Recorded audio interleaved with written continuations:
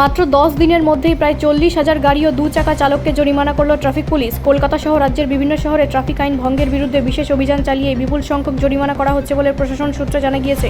Traffic বিভাগের দাবি মূলত হেলমেট না পরা, সিগন্যাল অমান্য করা, অতিরিক্ত গতিতে গাড়ি চালানো, নো পার্কিং জোনে গাড়ি রাখা এবং বৈধ কাগজপত্র না থাকা, এইসব কারণে অধিকাংশ চালককে জরিমানা করা হচ্ছে। আধুনিক নজরদারি ব্যবস্থার সাহায্যে যেমন সিসিটিভি ক্যামেরা, চালান ব্যবস্থার মাধ্যমে আইন ভঙ্গকারীদের চিহ্নিত করা হচ্ছে।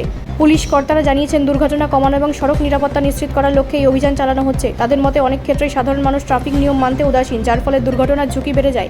অভিযান ঘিরে সাধারণ মানুষের প্রতিক্রিয়া মিশ্র। একাংশের মতে আইন ভঙ্গকারীদের বিরুদ্ধে কড়া ব্যবস্থা নেওয়া জরুরি এবং এটি সড়ক নিরাপত্তার জন্য ইতিবাচক পদক্ষেপ। অন্যদিকে কিছু মানুষের অভিযোগ, অনেক সময় সামান্য ভুলের জন্য অতিরিক্ত জরিমানা করা হচ্ছে।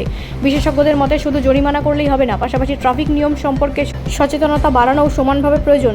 স্কুল, কলেজ ও জনসাধারণের মধ্যে নিয়মিত প্রচার চালালে দীর্ঘমেয়াদে সুফল পাওয়া যাবে। প্রশাসনের তরফে স্পষ্ট জানানো হয়েছে, আগামী দিনেও এই ধরনের অভিযান অব্যাহত থাকবে। ফলে নাগরিকদের ট্রাফিক নিয়ম মেনে চলার জন্য সতর্ক করা হয়েছে, যাতে অপ্রয়োজনীয় জরিমানার হাত থেকে রেহাই পাওয়া যায় এবং সড়ক নিরাপত্তা বজায় থাকে। ব্যুরো রিপোর্ট, রাষ্ট্রীয় প্রসার বাংলা।